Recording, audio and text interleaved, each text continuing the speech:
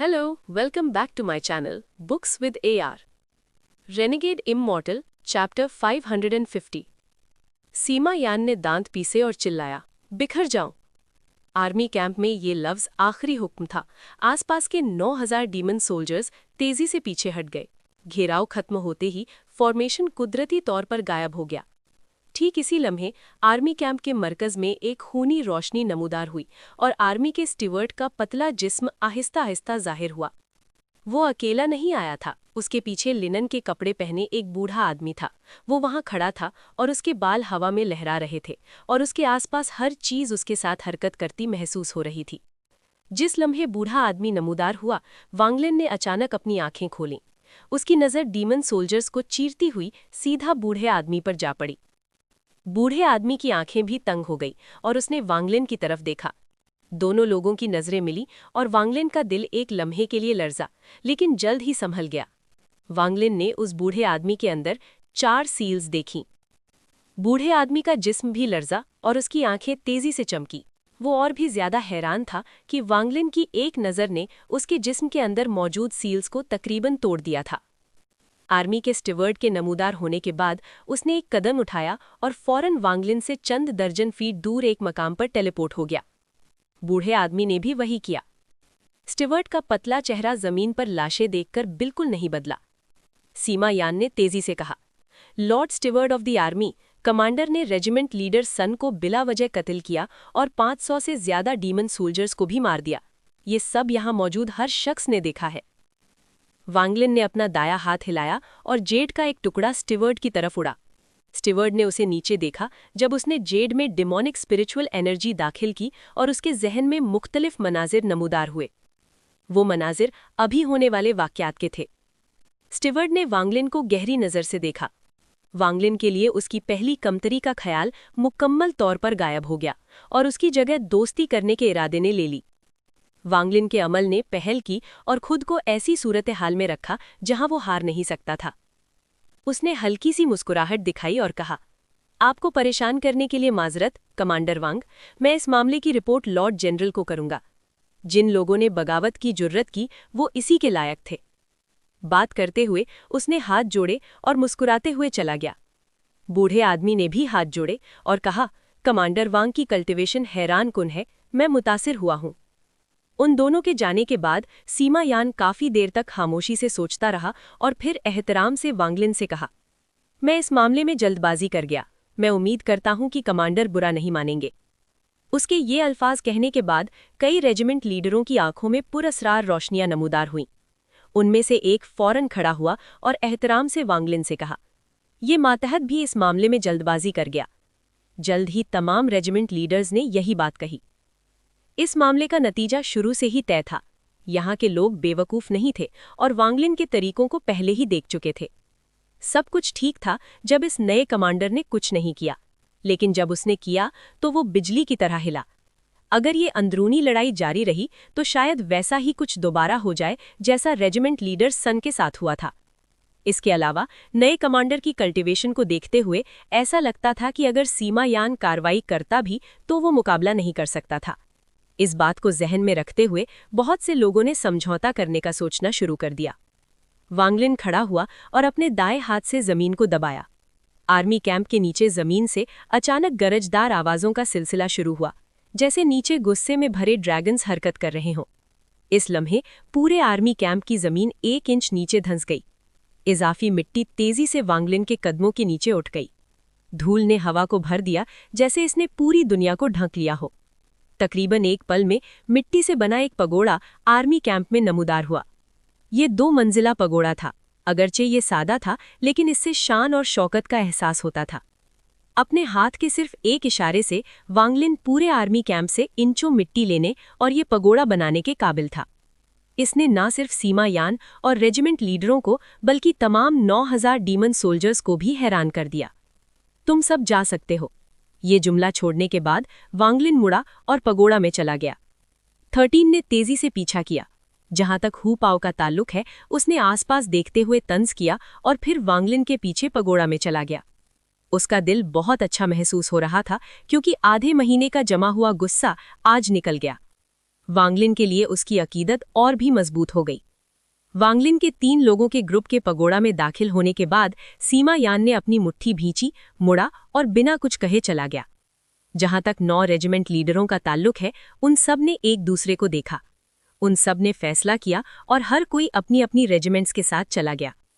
इस दिन से सीमा यान के करीबी 8 रेजिमेंट लीडरों में रेजिमेंट लीडर सन के अलावा जो मर चुका था, सिर्फ 3 ने अपना करीबी ताल्लुक बरकरार रखा, जबकि बाकी 4 ने आहिस्ता आहिस्ता सीमा यान से दूरी इख्तियार कर ली। उस दिन से वांगलिन का शैडो तमाम सिपाहियों के जहन में बहुत वाज़ेह हो गया।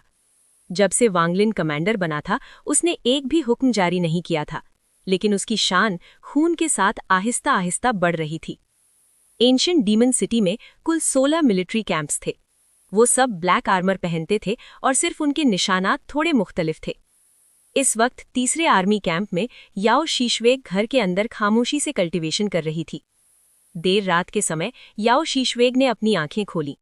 उसकी खूबसूरत आंखें तेजी से चमक रही थीं। खिड़की के बाहर डीमन स्पिरिट लैंड का चांद पर्पल रोशनी छोड़ रहा था। आज रात पर्पल डीमन का अर्ध साला उरूज था। अफवाह है कि जब पर्पल डीमन उरूज पर होता है तो आसमान और जमीन जुड़ जाते हैं। जहां तक इस बात का ताल्लुक है कि ये कैसे काम करता है, कोई नहीं जानता। ये अफवाह कदीम जमाने से आई थी और कोई भी इसकी वजाहत साफ तौर पर नहीं कर सकता था। उसने एक गहरी सांस ली और खड़ी हो गई। अपने डिवाइन सेंस से आसपास का जायजा लेने के बाद उसने अपने बैग ऑफ होल्डिंग को छुआ और एक सुर्ख कंपस फौरन उसके हाथ में नमूदार हुआ। कंपस को देखते हुए उसने हिचकिचाहट का इजहार किया। मैं उस जगह 3 बार जा चुकी हूँ और हर बार मुझे उसी मकाम पर रोक दिया गया। डैडी ने कहा था कि उस जगह दाखिल होने के लिए मेरी कल्टीवेशन पहले असेंडेंट स्टेज तक पहुंचनी चाहिए। डैड के मंसूबे के मुताबिक मैं यहाँ तब तक रहूंगी जब तक कि मैं उस जगह जाने से पहले असेंडेंट स्टेज में पहुंचने के लिए काफ़ी डिमोनिक स्पिरिचुअल एनर्जी जज्ब ना कर लूं और ब्लड सोल पिल्स की मदद से मेरे पास कामयाबी का 80% इम्कान है। ताहम वो टोकन टाइड फेज के दौरान गैर मुतवक्का तौर पर नमूदार हुआ। याओक शिक्षवे की खूबसूरत भवों पर बल पड़ गए जब उसने हाथ में कंपस लिए सोचा। जब फादर ऑलसियर और साथी कई साल पहले यहाँ आए थे तो उन्हें डीमन एम्परर्स में से एक से इस जगह का पता चला था। पिछली बार उनके पास जगह को चेक करने का वक्त नहीं था और वो बाकी सबके साथ डीमन स्पिरिट लैंड की गहराइयों में चले गए थे। सालों तक मालूमात का तज्जिया करने के बाद उन्हें 60% यकीन है कि वो जगह असली है। छोड़ो, मैं एक बार फिर जाऊंगी। अगर मैं फिर भी दाखिल न हो सकी तो मुझे असेंडेंट स्टेज तक पहुंचने तक इंतजार करना पड़ेगा। आखिरकार मैं पिछली 3 बार फादर की बनाई हुई 3 ब्लड सोल पिल्स पहले ही इस्तेमाल कर चुकी हूँ। अब मेरे पास सिर्फ 6 पिल्स बाकी हैं। मुझे अभी भी यहाँ बहुत लंबे अरसे तक रहना है, इसलिए बेहतर है कि इन्हें ज़ाया ना करूँ। एक ब्लड सोल पिल एक और जिंदगी है। याओक शिक्षवे ने पुरअज़्म तासुर दिखाया। वो पहले ही एक हसीना थी और अब जब उसकी आंखों में ये अज़्म था तो वो बहुत बहादुर और दिलकश लग रही थी। उसने आहिस्ता से कंपस जमीन पर रखा और फिर अपने बैग ऑफ होल्डिंग को दोबारा छुआ और एक मोम की गोली फौरन उसके हाथ में नमूदार हुई। इस छोटी सी मोम की गोली पर छोटे निशानात की कतारें थीं। निशानात आहिस्ता आहिस्ता चमक रहे थे, जैसे वो किसी की सांस और दिल की धड़कन की रफ्तार से मेल खा रहे हों। ये इंतहाई अजीब लग रहा था। याओक शिक्षवे ने एक गहरी सांस ली और मोम की गोली को कुचल दिया। फिर नीले खून का एक कतरा तेजी से नमूदार हुआ। मोम की गोली इस नीले खून के कतरे को महफूज कर रही थी। उसने जरा भी हिचकिचाहट नहीं की जब उसने अपनी उंगली काटी, कुछ खून निचोड़ा और हवा में एक पेचीदा निशान बनाया। निशान के नमूदार होने के बाद ये तेजी से नीले खून के कतरे के साथ मिल गया। याओक शिक्षवे ने निशान पकड़ा और उसे अपनी भवों के दरमियान दबा दिया।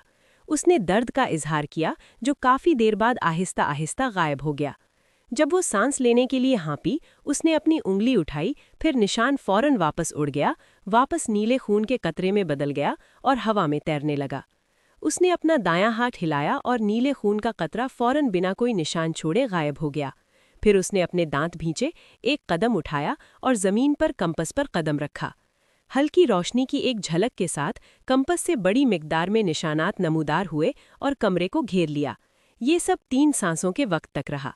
3 सांसों के वक्त के बाद याओक शिक्षवे कंपस के साथ गायब हो गई। वक्त आहिस्ता आहिस्ता गुजरता गया। वांगलिन का तर्ज़े ज़िंदगी पहले से नहीं बदला। वो शायद ही कभी अपने कमरे से निकलता और सारा दिन कल्टीवेशन में गुजारता। वो Aahista Aahista demonic spiritual energy को अपनी सेलेस्टियल एनर्जी के साथ मिला रहा था और सोल ट्रांसफॉर्मेशन के लेट स्टेज की तरफ कोशिश कर रहा था। इस दुनिया के बारे में एक बात बहुत सच थी। फ़ानी दुनिया के बादशाहों के इतने बावकार होने और वज़ीरों की तरफ से एहतराम किए जाने की एक बड़ी वजह ये थी कि सबसे उनकी दूरी उन्हें बहुत पुरस्रार बनाती थी।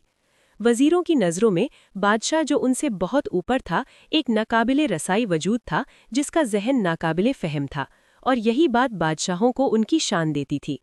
इस लम्हे वांग लिन ब्लैक आर्मी कैंप के अंदर ऐसा ही था। वो शायद ही कभी अपना चेहरा दिखाता, लेकिन उसकी शान आहिस्ता आहिस्ता दिन बदिन फैलती गई, यहाँ तक कि उसने सिमा यान को मुकम्मल तौर पर दबा दिया, जो अक्सर नमूदार होता था। इन पिछले कुछ महीनों में हु पाओ आर्मी कैंप के अंदर पानी में मछली की तरह था। उसकी शख्सियत हमेशा से मिलनसार थी, और अगरचे शुरू में कुछ मसले थे, वो वक्त के साथ आहिस्ता आहिस्ता ख़त्म हो गए। फौज के अंदर टीमों के साथ उसका राब्ता वक्त के साथ आहिस्ता आहिस्ता बढ़ता गया। ये खास तौर पर जू नाम की टीम लीडर के बारे में सच था। ये शख्स एक औरत थी, और जिस लम्हे उसने उसे देखा वो हैरान रह गया। तब से वो उससे मोहब्बत में मुब्तला था। दूसरी तरफ 13 पगोड़ा में बैठा रहता, दरबान की तरह सारा दिन कल्टीवेशन करता। वो वांग लिन के अलावा किसी के लिए भी बेरुखी दिखाता। कई महीनों बाद तीसरे आर्मी कैंप के अंदर याओक शीक्शके के कमरे में नीली रोशनी की झलक हुई। जल्द ही नीली रोशनी नीले निशानात में बदल गई। ये नीले निशान मरकज़ में नीले खून के कतरे के साथ तेज़ी से घूमने लगे। नीले खून का ये कतरा उबलते हुए पानी की तरह मुसलसल हिल रहा था, और उबलना आहिस्ता आहिस्ता और भी शिद्दत इख्तियार कर गया। नीले खून का कतरा अचानक कई गुना बड़ा हो गया और नीले खून की एक विशाल बॉल बन गया। आसपास के निशानात और भी तेज़ी से घूमने लगे। कुछ देर बाद निशानात अचानक रुक गए, जैसे कोई चीज़ उन्हें बुला रही हो। वो सब नीले खून की बॉल की तरफ उड़ गए और उसमें दाखिल हो गए। जब आखिरी निशान उसमें दाखिल हुआ तो नीले खून की बॉल तेज़ी से सिकुड़ गई। वो वापस खून के कतरे में नहीं सिकुड़ी, बल्कि एक खूबसूरत जिस्म की शक्ल में बदल गई। ये अमल ज़्यादा देर नहीं चला और तकरीबन 5 सांसों के वक्त में मुकम्मल हो गया। नीले खून की बॉल गायब हो गई और उसकी जगह एक औरत के जिस्म ने ले ली। ये औरत बहुत खूबसूरत थी और उसके खदोखाल हर जगह मुकम्मल थे। उसका दिलकश पुरकशिश जिस्म लाजवाब था। वो याओक शीक्शवे थी। मैं फिर नाकाम हो गई। अगर ब्लड सोल पिल्स ना होती तो मैं 4 बार मर चुकी होती, लेकिन इस बार मैंने आधे से ज़्यादा रास्ता तय कर लिया था। अगर वहाँ मेरी मदद के लिए कोई चीज़ होती तो मैं यकीनन कामयाब हो जाती। याओक शीक्शवे ने अपनी आंखें खोलीं और आह भरी। ताहम जल्द ही उसने अपनी आंखें तंग कीं और सोचने लगी, अगर मेरी मदद के लिए कोई होता। याओक शीक्शवे, वांग लिन। उम्मीद है आपको ये वीडियो पसंद आई होगी। अगर आपको ये पसंद आई है तो प्लीज़ चैनल को सब्सक्राइब करें, इस वीडियो को लाइक करें और अपने दोस्तों के साथ शेयर करें। अगली वीडियो तक के लिए अल्लाह हाफिज़।